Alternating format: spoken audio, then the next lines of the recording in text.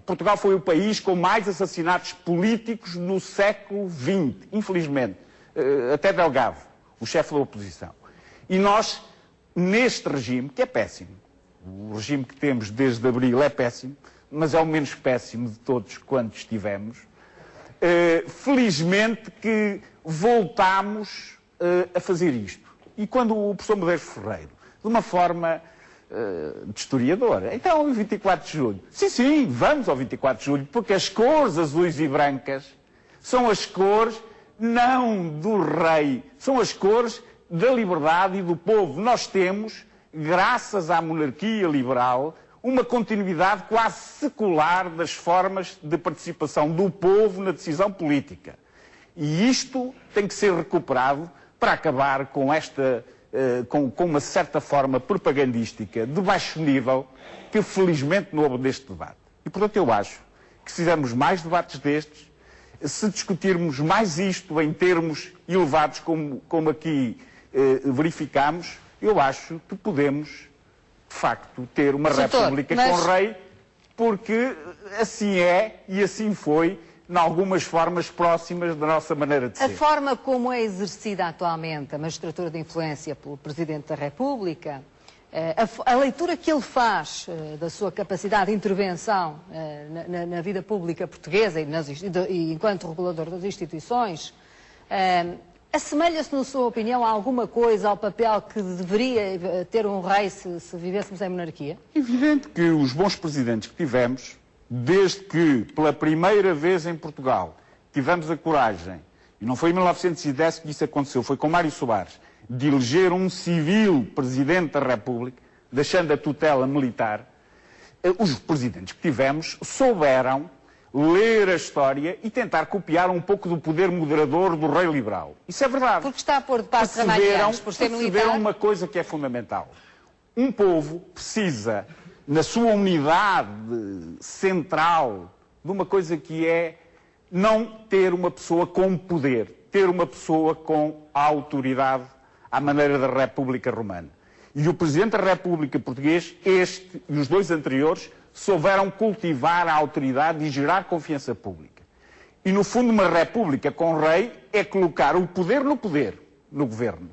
E a autoridade é uma coisa que vem do autor. E o autor ou o fundador é a continuidade de um bem único que tem Portugal. Mas então se já temos isso... séculos de independência pátria. Agora estão em casa a perguntar-se assim. 8 séculos de independência pátria. É a nossa melhor riqueza. É o nosso melhor património. Vamos encontrar, para aproximar o povo das instituições, da República, quem melhor consiga, através de uma forma simbólica, captar esta coisa que implica... Não há uma pátria só com maiorias numéricas ou minorias numéricas. As pátrias têm que ter amor no seu lugar cimeiro. As emoções que falava Gonçalo Rebelo, as emoções? E, no fundo, uma república com rei é aquela que nos transforma melhor numa comunidade de amor. Porque nós temos que amar a nossa pátria, a nossa república, tanto faz, ou a nossa comunidade. O infante Dom Pedro dizia comunidade, que é uma forma mais bonita até que outras formas traduzidas e mal traduzidas. E é esta tradição profunda que nós precisamos de instaurar depois de restaurarmos a República. Mas muitos portugueses nesta altura estão a pensar assim em casa. Bolas, mas se nós temos um Presidente da República que já se faz, que já se impõe por essa autoridade e não pelo poder, que o senhor há pouco fez essa... O senhor é que o disse, fez essa diferença. Sem dúvida. Se nós já temos alguém que consegue mediar a sociedade desta maneira, para que é que havíamos de querer um rei? Porque vale mais irmos à autenticidade do que ir ao sucedâneo. No fundo, as melhores coisas...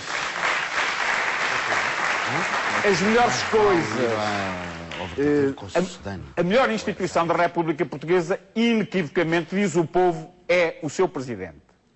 Isto é um instinto plurissecular.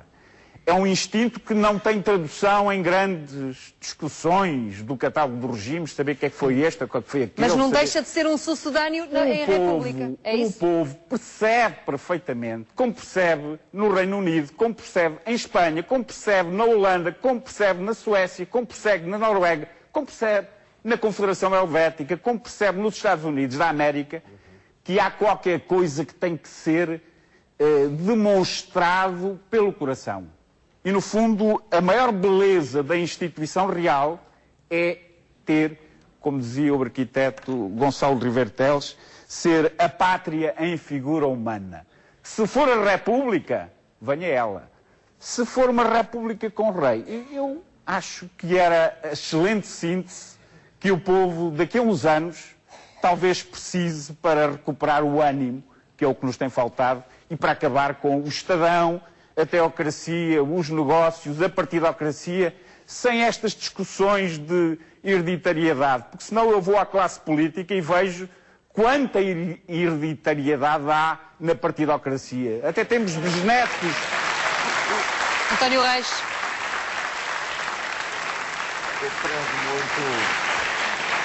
Eu prezo muito o idealismo utópico do meu querido amigo José Adelino Maltês. Pátria com figura humana. Já chamou ao rei. Pátria com figura humana. Ele introduz sempre nestes debates uma nota plenamente original, que é sempre saudável, mas que corre o risco de desagradar a monárquicos e republicanos. Ou seja, quando ele procura esta terceira via de uma república monárquica ou de uma monarquia republicana, de facto não está a respeitar o essencial do que caracteriza a instituição monárquica e também parte do essencial do que caracteriza a instituição republicana. Mas sabe que é basicamente a mesma coisa que pensa o Agostinho da Silva e que o deixou escrito em muitos dos seus escritos. Está outro exemplo do inclusivamente aqui idealista nas cartas que eu prezo muito, aliás, Agostinho da Silva. Mas um rei por via eletiva, mas com mandato vitalício, pelos vistos, não é? Portanto, infringe aí um dos princípios republicanos, que é do mandato limitado, temporário e reversível, não é?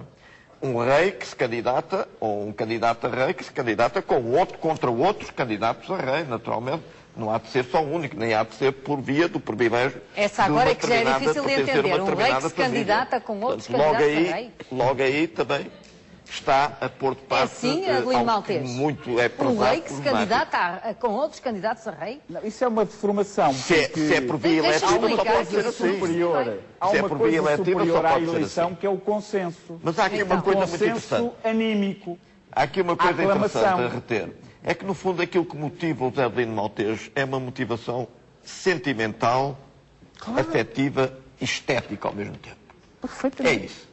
E realmente os regimes políticos não podem ser definidos em função de critérios sentimentais, afetivos e também não em função de critérios técnicos. Podem, dizem os monárquicos em uníssono. Eu aprecio muito as suas intervenções, mas realmente o meu impenitente racionalismo não cede aos critérios sentimentais e aos critérios estéticos.